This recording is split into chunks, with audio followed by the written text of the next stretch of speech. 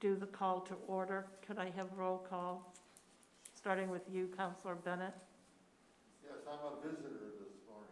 Oh, you're not on the committee. Jamie, are you? Yes. Okay. Dan? Dan Saraki, City of Oldsmar. I'm so lucky to be here. Thank you.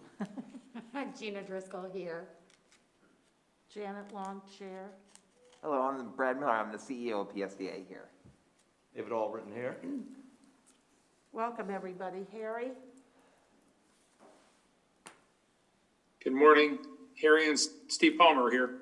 Is Steve with you?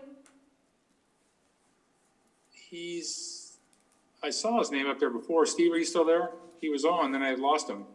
He'll come back. Yeah, he'll come back. Ron? Good morning, Madam Chair. I'm here. Okay, everybody's present. Now we're going to ask for public comment. Julie? Hi, good morning, Madam Chair. I see that there is nobody in the lobby waiting to make a public comment right now, and there have been no written public comments. I thought I heard you say someone had called in. The person who called in is Alan Susky. He is on the line, but he is a participant in the meeting. Okay, hi, Alan. All right. Hey, Commissioner, how are you? I'm good. Let's move to the action item, please. Could I have a motion to approve the January 6th minutes of the Legislative Committee? So moved. Second. Thank you. All those in favor? Aye. Aye, okay. Ron, would you like to give us an update on our state legislative package? Absolutely. Good morning, Madam Chair, members. I'll be pretty quick here. Just a couple things. We're in committee week number 3 in Tallahassee. We have 2 more committee weeks, and as you all know, session starts on March the 2nd.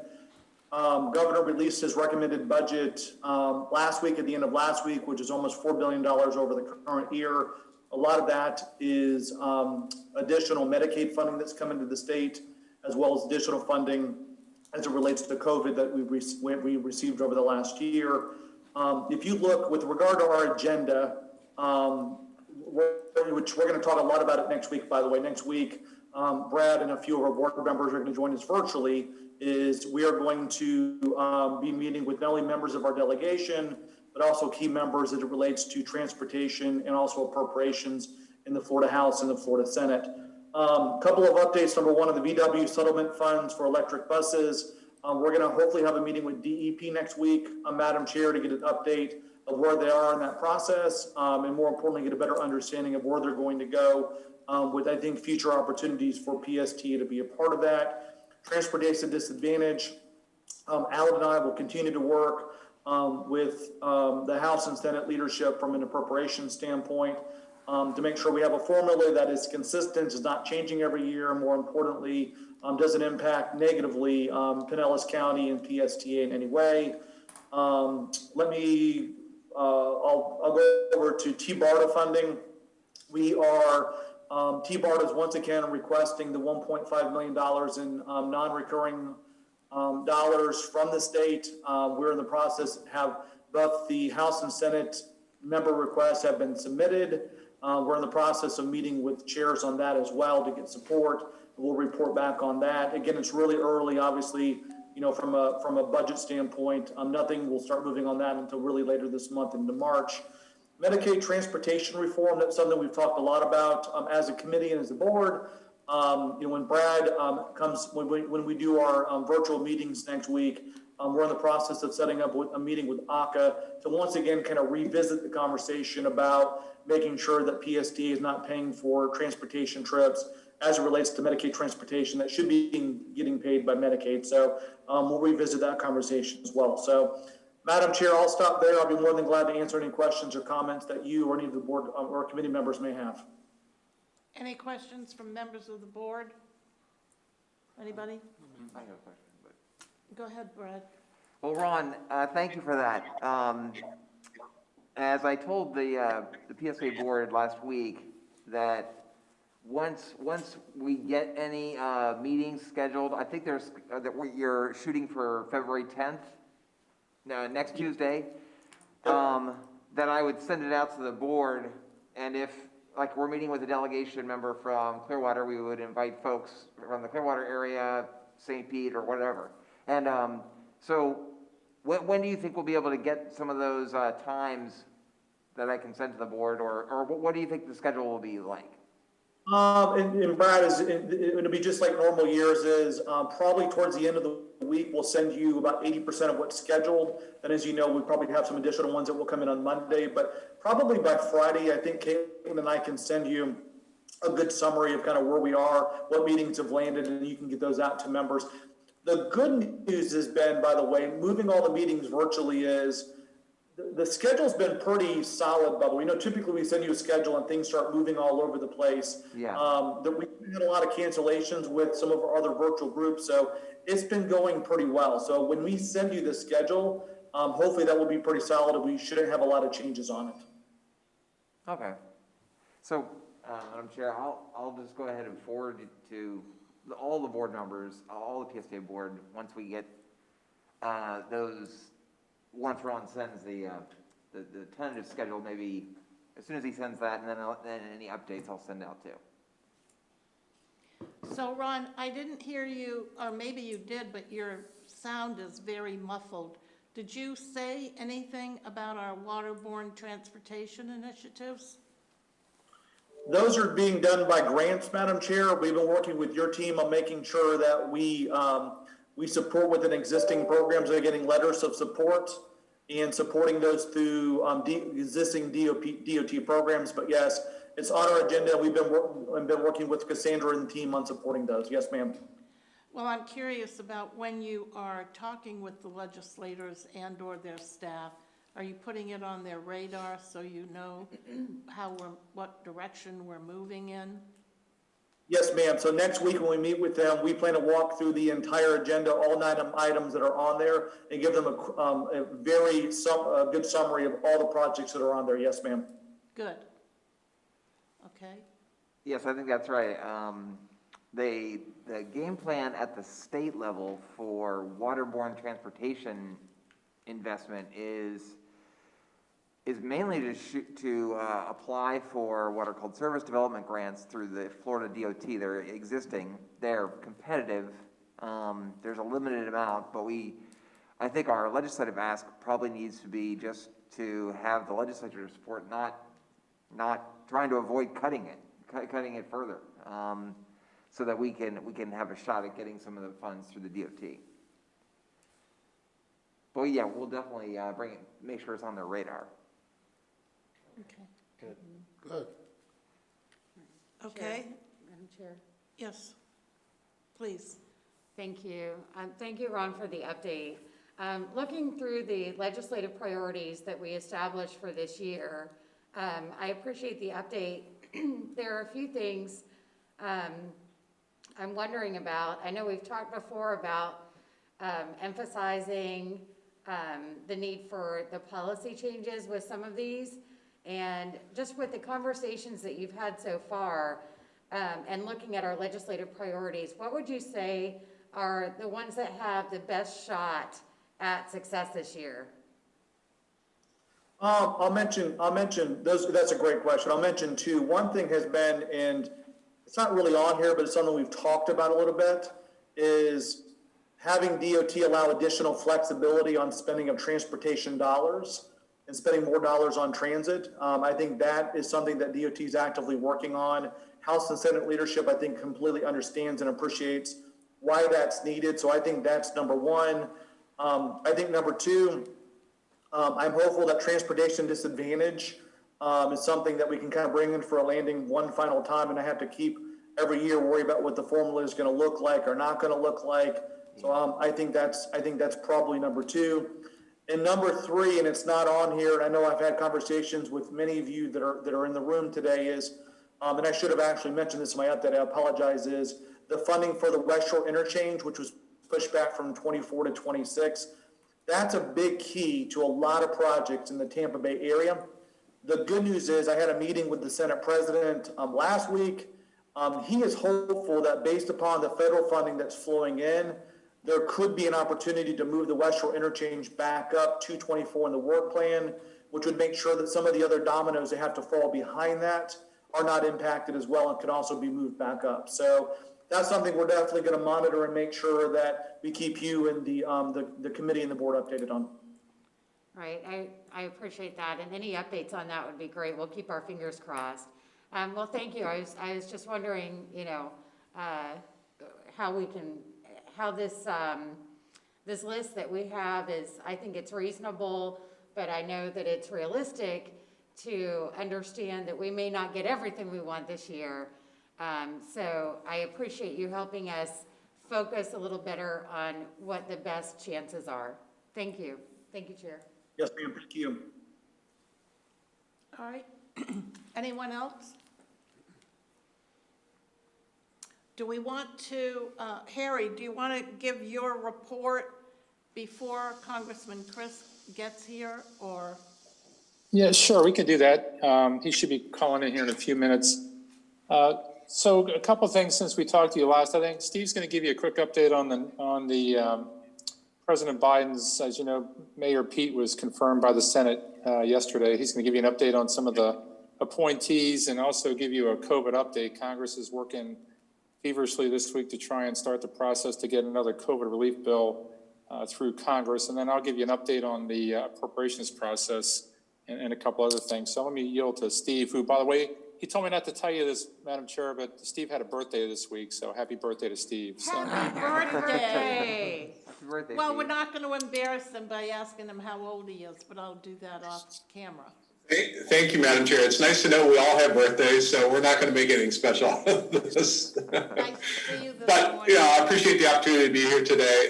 So yes, as Harry said, we now call him Secretary Pete Buttigieg, confirmed by the Senate on an 86-13 vote yesterday, which surprisingly was the most no votes any Secretary of Transportation has ever received. Now, compare that to Alejandro Mayorkas, the Secretary of Homeland Security, was confirmed also yesterday, 56-43. So, a very different vote there as a result of the lack of bipartisanship I think we're looking at in this environment. So, a couple things on the Secretary's priorities. He has talked about, during his confirmation hearing, he got by without saying a whole lot. Obviously, he's making safety a priority, his number one priority. As mayor, he emphasized as mayor of South Bend, Indiana, he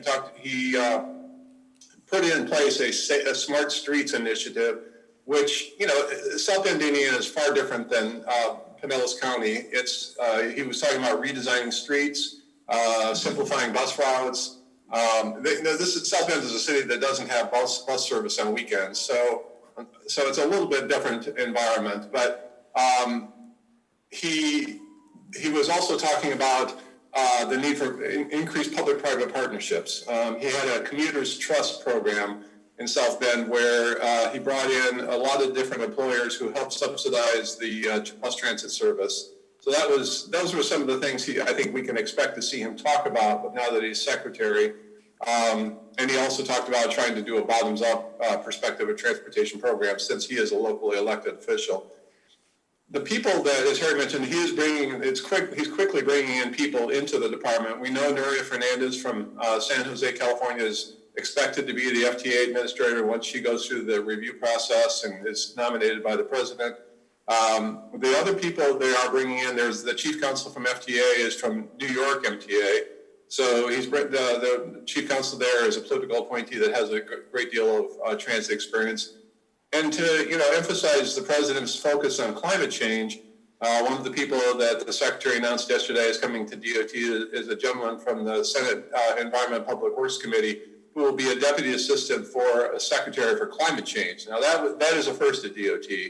And I think it shows where they're going to be driving various programs, not just at FTA, but throughout the department, to focus on climate change types of issues.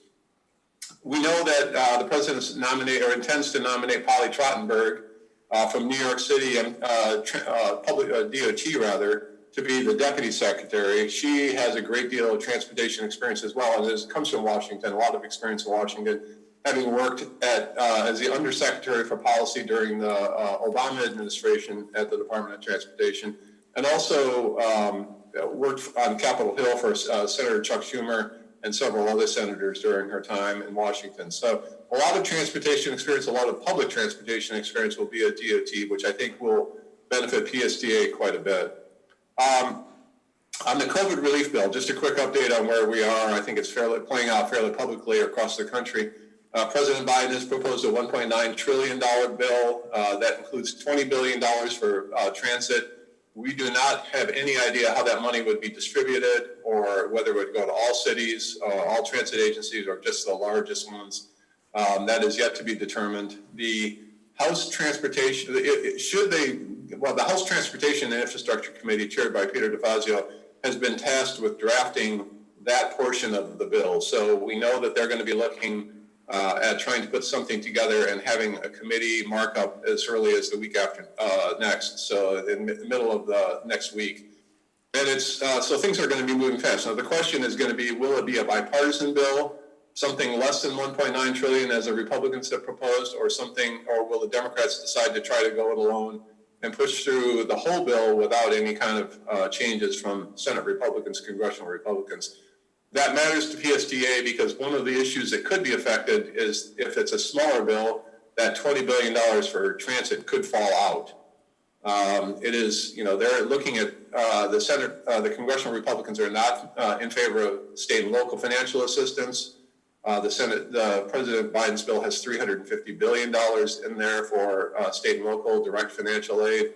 So that and programs like funding for programs like transit could be victims if they do go to a smaller bill. We should know how that plays itself out over the next several days.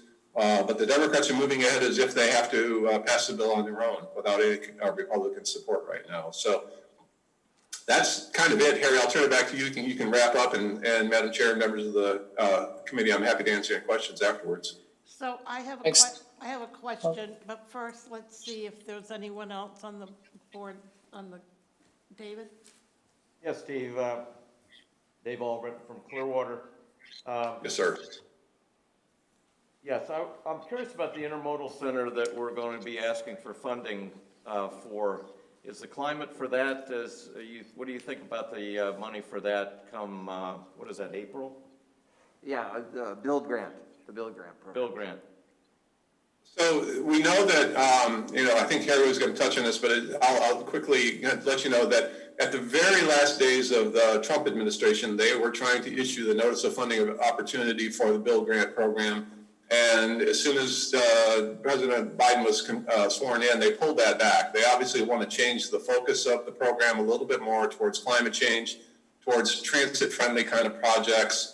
I can't tell you for sure how that project will score. We haven't gotten enough information from the current crop of people at DOT, but I do know that, there was an analysis done of build grants during the Trump administration. 70% of the build grants went for highways in the last 4 years, and 70% surprisingly enough, went to rural communities. I think we can see a change in how that's going to be allocated. Congress has said the allocation between urban and rural has to be 50-50. But they haven't prescribed how that money is going to be done by modes of transportation. And I think intermodal facilities like this one should score well. Okay, thank you.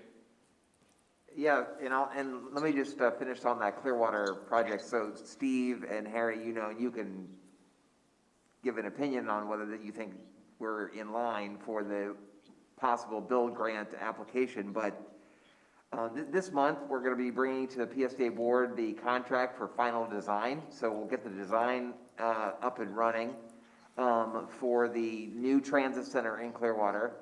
And then we are working with our attorneys and the city's attorneys on developing a interlocal agreement that will have to go to the city council and to PSDA that will memorialize this quote unquote land swap we've kind of talked with the city about, where we give the city our transit center property where we are now, and they give us the property for the new transit center.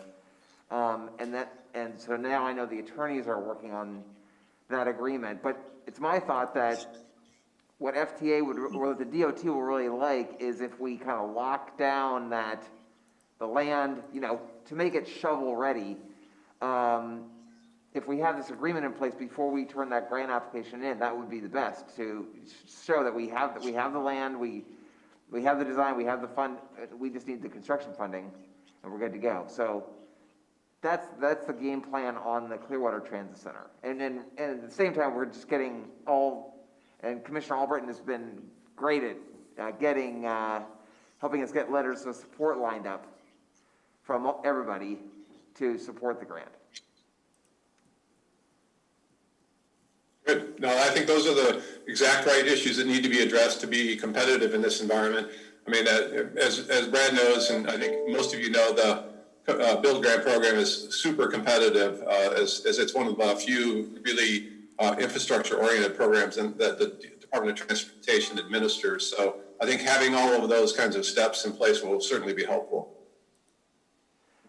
And on the ferry program related to the federal funds, Harry, I know you said that the appropriations bill cut it back to $8 million, and I didn't know if you knew any more about that, Steve or Harry, about whether or not they have leftover funding or they really don't like ferries, or if you know anything about the change in the funding for the ferry program at the federal level. Yeah, so Brad, it's traditionally been funded at $30 million a year for the competitive program, and the Senate actually recommended a cut this year, which the House accepted in conference, so they did reduce it to $8 million. So we've asked and not gotten any particular comment on why they did it other than budgetary constraints. You know, they increased some other programs within the bill, and so I think that seemed to be a lower priority. I don't think there was many members of the committee that are interested in the ferries. So we'll take a look at that and talk some more. We do have two Floridians on the Appropriations Subcommittee on Transportation in the House. Obviously, Mario Diaz-Balart is the ranking Republican, continues to serve there, which is good for Florida. And Congressman John Rutherford from Jacksonville is also on that committee, which, interesting enough, I think Jacksonville has received at least 2, if not 3, ferry boat grants over the years. And so we'll talk to his office and try and figure out what's going on there. And going back to Steve's conversation about the intermodal center, Commissioner, there is $1 billion that's in the current year appropriations bill for the Build Grant program. So the funding is there for the competition. I think Steve expects the NOSA funding opportunity to come out sometime in the spring with probably like a July deadline to submit the proposal. So that might give you some time, Brad, to get the project online. And the thing that's really important, as Steve mentioned, is to look at what are the points of the points that they're really looking to emphasize to make grants competitive. In previous administrations, the Obama administration was something called Ladders of Opportunity, trying to get people, riders to school and to work. Under the Trump administration, as Steve mentioned, there was great priority placed on rural projects, but also projects that were in opportunity zones. And Brad and I have talked that the transit center would be in a Clearwater Opportunity Zone, which would have been great under the previous competition. This competition will probably focus, I would imagine, Steve, on environmental, including environmental aspects to these projects. We talked to Brad about that. It sounds like you're going to have some environmental components to this transit center, which is good. They want you to connect to other modes of transportation, which clearly you would do there, which is good. And so I think, it seems like this should be a good competition. The thing I would add, Pinellas County's never received a Tiger/Build grant ever. And so I think Tampa's gotten 2, I believe. Jacksonville's gotten several. Miami's gotten a few. Orlando got 1 2 years ago. So I think it's, time for Pinellas County to get one. So I think you should be in good competitive position there. So the other thing I was going to add here, I mentioned the Appropriations Committee is starting to gear up. The president was traditionally supposed to submit a budget to Congress the first Monday in February. Obviously, he didn't do that this week. Typically, a new administration gets a little bit of a grace period from Congress. We're hearing the president may submit a skinny budget, kind of broad outlines of a budget at the end of the month, and more details to follow in March and the spring. But that'll kick off the appropriations process for the House and the Senate probably sometime in March. The Senate's still organizing, trying to figure out how they're going to deal with the 50-50 Senate and who's going to run some of the key committees over there. But the appropriations process will kick off, and we'll continue some of the projects, items on your federal priority list, or some funding items to continue to fund things like the low-no bus program, make sure we continue to fund the ferry program, the build grant program. So we'll start to work on that. The other issue that Congress is going to be looking at here, the goal, I think, is to finish a COVID relief bill sometime in the middle of March. That's when the current enhanced unemployment benefits expire. So they want to get a new bill done before the middle of March so there's not a break in those payments. And so then they would turn, I think the next legislative priority for the administration is an infrastructure stimulus bill, talking in the neighborhood of $2 trillion. And so they'll start work on that. The president had indicated he was going to give an address to a joint session of Congress to lay out his plans for an infrastructure bill sometime in February. I haven't seen any further information about that, but we'll keep an eye on that. But that, again, another opportunity. And one of the things that's a possibility is if they want to do some quick stimulus funding for infrastructures to infuse funding into some current programs like Build and try and enhance the size of the Build Grant program, which if they would do that would be great. That would obviously provide more money and be able to fund more projects. So that's something else that we'll watch for. The only other thing I would add is Ron mentioned the West Shore project. In the COVID relief bill that Congress passed at the end of December, in addition to the $14 billion for transit, there was also $10 billion in there for directed to state departments of transportation. And talked to Secretary Gwynn, Commissioner Long at T-BARTA meeting a couple weeks ago, and they're still trying to figure out the state how much they're gonna get from that and what they're gonna do with it. But there may be maybe an opportunity to move some of those funds to get the West Shore project back on track. And Commissioner, I'm going to yield. I think I saw Congressman Christ pop up there just a second ago, and I see Virginia Poe is on she's labeled as Jonathan, but that's actually Virginia there, just waved to you. She's the transportation staff member for Congressman Christ. And Brad, as you know, she's been great to work with. She's been very proactive in reaching out to see what PSTA's needs are. So I just wanted to give good acknowledgement, great staff work by Virginia. And there's Congressman Christ. So Harry, before we take Congressman Christ, can you hang on until after Congressman Christ is finished? Because I have a couple of things that I wanted to bring to your attention. Yes, ma'am. Okay, Congressman Christ, I saw your face, your beautiful face show up there for a moment. I don't know if it's beautiful, but it's my There face. you are. There you are. How are you? How are you, Commissioner? Good to see you. Fabulous. It's good to see you this morning. Well, listen, I know that we got important topics to discuss. And first, I wanted to congratulate you on getting the TSA award, the Golden Award. And hard work led to that, and you deserve it. And I'm so proud of all the great work that you're doing. I think that it's important to see, where do we begin and where does the session start? And, what can we look forward to in the area of transportation? And first, I wanted to compliment the new secretary, Pete Buttigieg. I think he's off to a great start, and just was reading a story in the Washington Post this morning about how his role is going to be expanded beyond what the traditional role of the transportation secretary might be. And I think that bodes well for us. I had the chance to visit with him during the course of the campaign. He came to St. Petersburg, downtown to Williams Park. And I think you were there, Janet. I was. At any rate, God bless you. and thank you for doing so and all that you do. Honestly, you're just an amazing person. I love you to death. But I really do believe that the new secretary will be a shining star for us. And that bodes well for transportation throughout Pinellas County, Hillsborough County, the Bay Area in general, which is extremely important. We know that we're stressed in the transportation arena and have been for quite some time. But a lot of good things are happening, the expansion at the Howard Franklin Bridge and other things that are going on.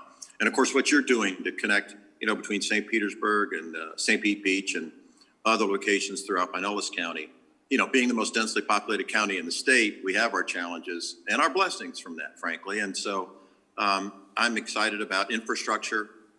First up, obviously, is the COVID relief that President Biden is pushing. Again, I just read in the news this morning how he had visited with several senators, encouraging them to keep pushing for the higher amount, the $1.9 trillion. And I think that's smart. I think it's right. And I think he'll get it. And that means that the American people and, of course, all of us in the Bay Area and throughout the state of Florida. So that's a great beginning. The infrastructure is so important.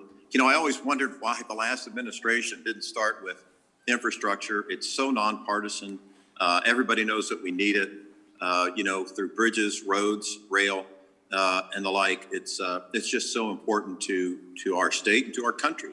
And so I'm very encouraged by that. And we hear those kind of soundings out of the new administration and their eagerness to get the COVID relief that the president has proposed in the rearview mirror, so to speak, so that we can get on with infrastructure. So I'm very optimistic about how things are starting up here, and very much look forward to continue to working very closely with you, both through the Appropriations Committee and others. And so I think we're off to a good start. I really do. And that groundwork has been laid by all of you and your hard work. And so God bless you for it. And thank you so much. Can we ask you a couple of questions? Of course. First, I hope I have a couple of answers.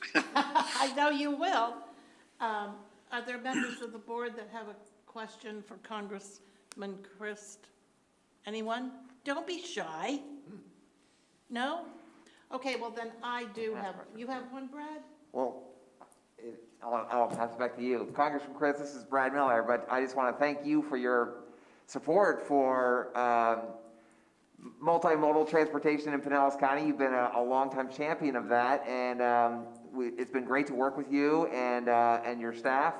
And your role on the Appropriations Committee is very helpful to us, of course, because as you said, it's been really a nice thing to see the bipartisan support for transportation investment in the COVID relief act bills and in appropriations. It's not really seemingly been a very controversial issue that transportation needs investment and continued investment. So we're thankful for your role in doing that. I think our main priority right now is to get a replacement transportation center in downtown Clearwater for the kind of dilapidated 40-year-old one.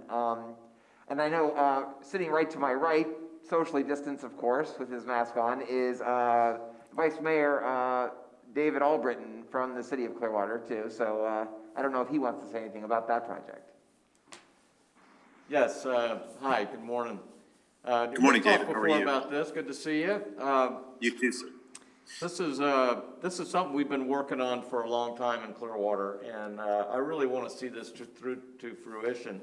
And I feel maybe this year we have a chance on it. We've got a lot of support in the community from businesses. City Clearwater's on board and helping with it. And PSTA does need to fix their old bus station. So we've got a place right on Court and Myrtle that actually we've been talking since Greenlight about having an intermodal center there, and it's ready to go. I think everybody's on board with it. We just need to get some funding for the actual build. So we're going to be sending a lot of letters to Pete Buttigieg in support of this, and hopefully we can have I know it's very competitive on these bill grants, and I'm hoping that we can get considered, because Pinellas really, as we said before, really hasn't acquired any kind of federal bill grants. Around us, they've been getting it, but this would be a good first start. Well, get ready. I think we have a wonderful opportunity for that to actually come to fruition, David. And I think that, with the ground, as I said earlier, the great groundwork that you all have laid, that's been critical, and it shows a commitment and a tenacity that it takes to get these kinds of things accomplished. And that's why I'm so optimistic about making it happen. So thank you very, very much. Great. Thank you for anything you can do. Yes, sir. Of course. Thank you, Mr. Vice Mayor. Anyone over on this side? Commissioner Saraki. Thank you, Madam Chair. Congressman Chris, thank you for all you do. I just wanted to say hi. I really appreciate your update, but one thing I want to say, if you ever come up to Oldsmar, you better come contact me, because I'll take you out to lunch. He doesn't eat. Yeah. He doesn't Well, eat.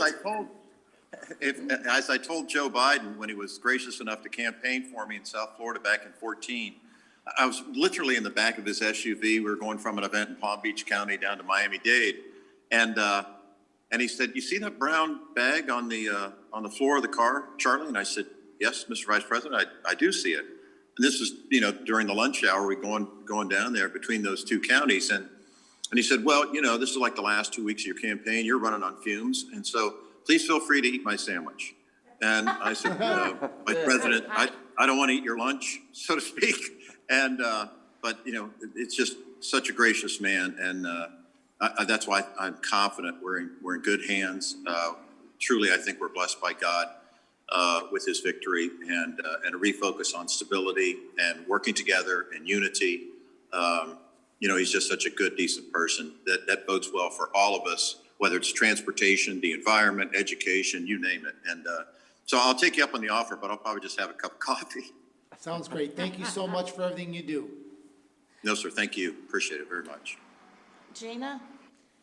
Thank you, Chair, and thank you, Congressman, for the update and for your continued support. Gina Driscoll, St. Petersburg City Council and PSTA Board Vice Chair.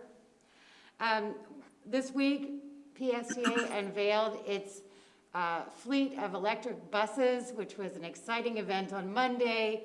And with 2 more on the way, PSTA has the largest electric bus fleet in the state of Florida.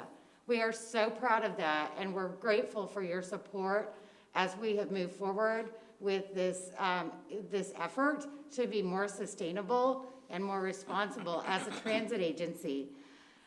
One of our legislative priorities for this year is to continue to find ways to increase that fleet of electric buses and the related equipment.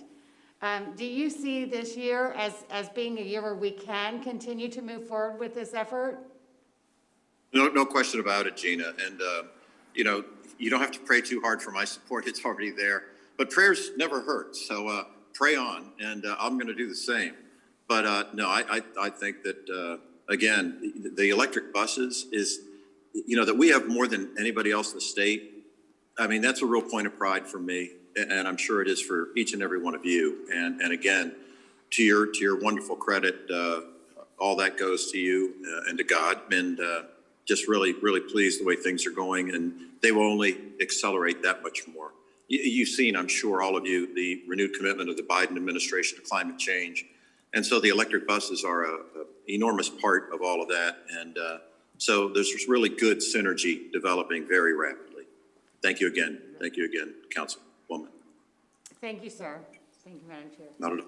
All right, anyone else have anything else? Commissioner Robinson, do you have any comments? All right, well, I didn't have any comments, but I'll be happy to say something. So, Jamie Robinson. Make something up, you know, what the hell? What the heck, yeah, we're here. You have- So, How are you doing, Jamie? I'm fantastic, thanks for asking. I just want to say, first of all, thank you for, I know you visited Largo the other day to check out our COVID vaccination site, and I appreciate your stopping by and helping with all of that. I'm fairly new to PSTA as well as the legislative committee. All my advocacy efforts up to this point had been at the state level, so I am very much looking forward to working with this committee as well as you and your team, and you know, learning and what I need to do and expanding some of my efforts. So thank you for everything you do for Pinellas County as well as PSTA, and again, looking forward to working with you in the near future on some of the efforts. My pleasure, Jamie. I look forward to working with you as well, and it's great to have you part of all this discussion. Thank you. Really appreciate your expertise. Everyone have their opportunity. Okay, it's my turn. All right. You can't go wrong with long. I'm ready. Good. So Congressman Christ, I cannot share with you enough how grateful I am for your very kind opening remarks and your very steady, calm, delightful, respectful demeanor that you carry with you in this very divisive world we find ourselves in.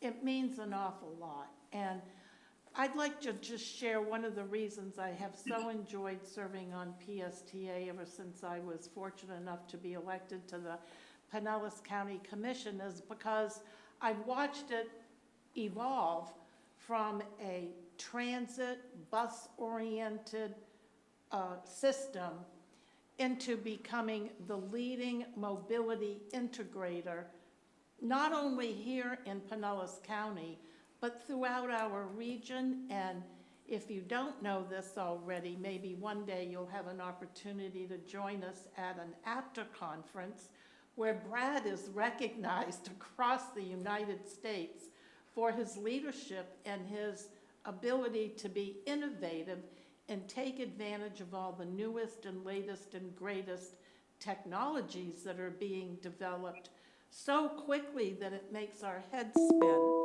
I tell you all of that to say, I was very instrumental, along with Brad and several members of this board, coming to DC to talk to our delegation, to our congressional folks, and to the folks at the Federal Transit Authority, which Secretary Buttigieg now leads. And it's disheartening when you think that in order to get a big project done like we did with the Sunrunner line, we worked for 6.5 years before we saw that come to fruition. And my biggest plea for you, now that you sit on appropriations and are fast moving into leadership positions, is perhaps you could put your beautiful mind around how we somehow make funding for transportation projects a bit more nimble, because it's hard to keep up with technology when it takes you 6.5 years to move the dial in DC, and you've been in Tallahassee. It's even longer up there, the way they operate. It's concerning to me that our two United States senators voted against his appointment, and I'd like to get your thoughts on how you think we can move around their objections, because you know we're going to need support from the Senate as well as the House. So, Question about, it's a great question, Janet, and let me compliment you as well. You almost embarrassed me with your gracious words, but it has been such a pleasure to work with you, Janet, and you know, the kind of energy that you put into your public service is so admirable. And I'm just humbled to have the opportunity to work with all you great people who've dedicated yourself so much to serving the people of Pinellas and Tampa Bay. It is inspiring to me. And you're right, Brad is an amazing human being. We're so blessed to have you, Brad, and thank you for that. But as it relates to the Senate, I was disappointed with their votes as well. But he's the man now, so that's that. And that's a good thing. And, you know, we in the House will continue to work very hard with the new Secretary of Transportation. I know he comes with a very enlightened point of view, and that only bodes well for Tampa Bay and the rest of our state and the rest of our nation, candidly. So I think much to look forward to.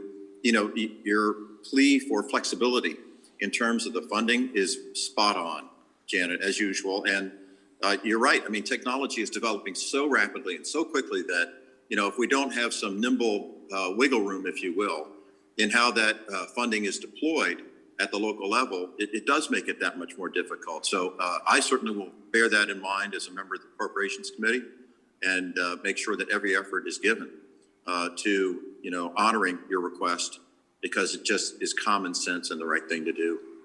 thank you so much. We'll be talking, that's for sure. Yes, we will. We always are. Thank you. Thank you for being here this morning. It's a great, you know, it fills us with energy, right? It's a treat. It's a treat. Come back often.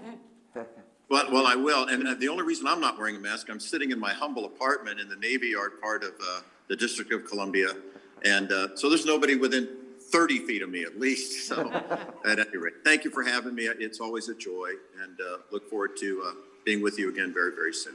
And I'd love to see you come back and join us at our board meeting. We have a very large board here at PSTA, and we could use your boost of energy there as well. Well, I'll try to muster up all the juice I can. Thank you so much. Thank you so much. And Have a what a great pleasure. Thank day. all of you. Keep on doing what Thank you're you. doing. And you all as well. God bless you, and thank you so much. Thank you. Thank you, Bye-bye. Congressman. Thank you, Virginia, too. So Harry, absolutely. you're still there, Harry? Yes, ma'am. Steve and I are both here. So you heard the question. Hey, Harry, how are you? Sorry. Hello, Congressman. Thanks for joining this morning. Go Penn State. That's right. Yes. More importantly, go We are. Bucks before I leave. Yes, right. go Bucks. Yeah, take care. Thank you. Thanks. So Harry, you heard the questions that I asked Congressman Chris. Do you have anything to add in terms of how we mitigate the 2 negative votes from the U.S. Senate? No, I'm not sure.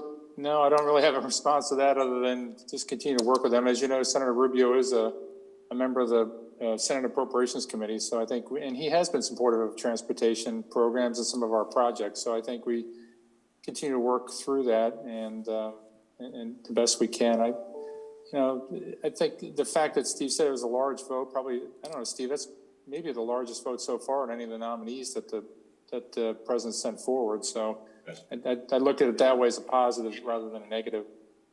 So can we, could you circle around to his staff and to the staff of Senator Scott and share with them the remarks that I made about being mobility and innovators and the flexibility with regard to funding for transportation, if their will is for us to keep up with the rest of the world?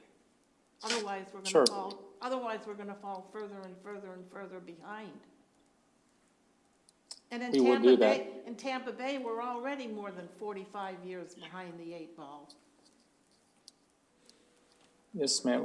It's a good point to make, and I think as we start scheduling our meetings with the Virginia and the other congressional staff on the Hill, we'll make sure we start to accentuate that. I mean, I think that's an important point, and Virginia had called a couple months ago to her credit and asked Brad, what are your priorities? And I think this is something that if they're going to start discussing an infrastructure bill in late winter, early spring, that this is something to put in there. What provisions can you include in that infrastructure bill to expedite the movement of these projects and to keep up with technology rather than, I think Commissioner and Brad, we've had some meetings with the Senate staff on transit projects and talked about the frustration of how long the process takes. And so I think that's a good point of discussion. Maybe there's something they can include in the infrastructure bill to speed things up. Well, maybe if we changed our messaging to more reflect mobility integration, it would go a long way towards helping folks better understand what our future looks like. Because you may remember, I don't remember if you were with us when we heard Jane Williams mention that the very first time. I remember sitting there thinking, mobility integrator, what the hell is that? I had never heard that terminology before. But then when you sit and think about it and you have conversations about it, it very, very clearly defines the future of public transportation options. It's not going to be just what we've thought about for the last century. It's like moving from the horse and buggy to air taxis. I mean, this is a huge paradigm shift. And we need to be able to talk that way in the halls of DC. Well, and I think Steve and I took Brad over to the Department of Transportation last year, or just almost a year ago, right, Brad, to talk about the autonomous shuttle project. And it took early in the previous administration, it would take anywhere from 18 months to 2 years to get a waiver just to run a demonstration project for an autonomous shuttle. And the project you are doing, AVA, the project in St. Petersburg, and Brad went over there, they moved along with that one pretty quickly. So I think they are making some progress at looking at technology and figuring out how to provide the approvals. I think we just need to keep the pressure up on them. And I think getting other transit authorities in Florida to talk about this too would be important. I think making sure it's an APTA issue and also a Florida Transit Administration issue too. Don't worry, we're on it. Brad? Yeah, thank you, Commissioner Long, for making those comments. I think that it's exactly right. And what Harry, I hadn't mentioned this to Harry or many, but in that vein, and right in the vein of all the discussions, great discussions we've had with Virginia too, I see you there, hi, about, balancing mobility and improving mobility and then keeping track of all the new technology. And just as you said, Commissioner Long, like maybe your first approach at it, it was kind of like, what is this?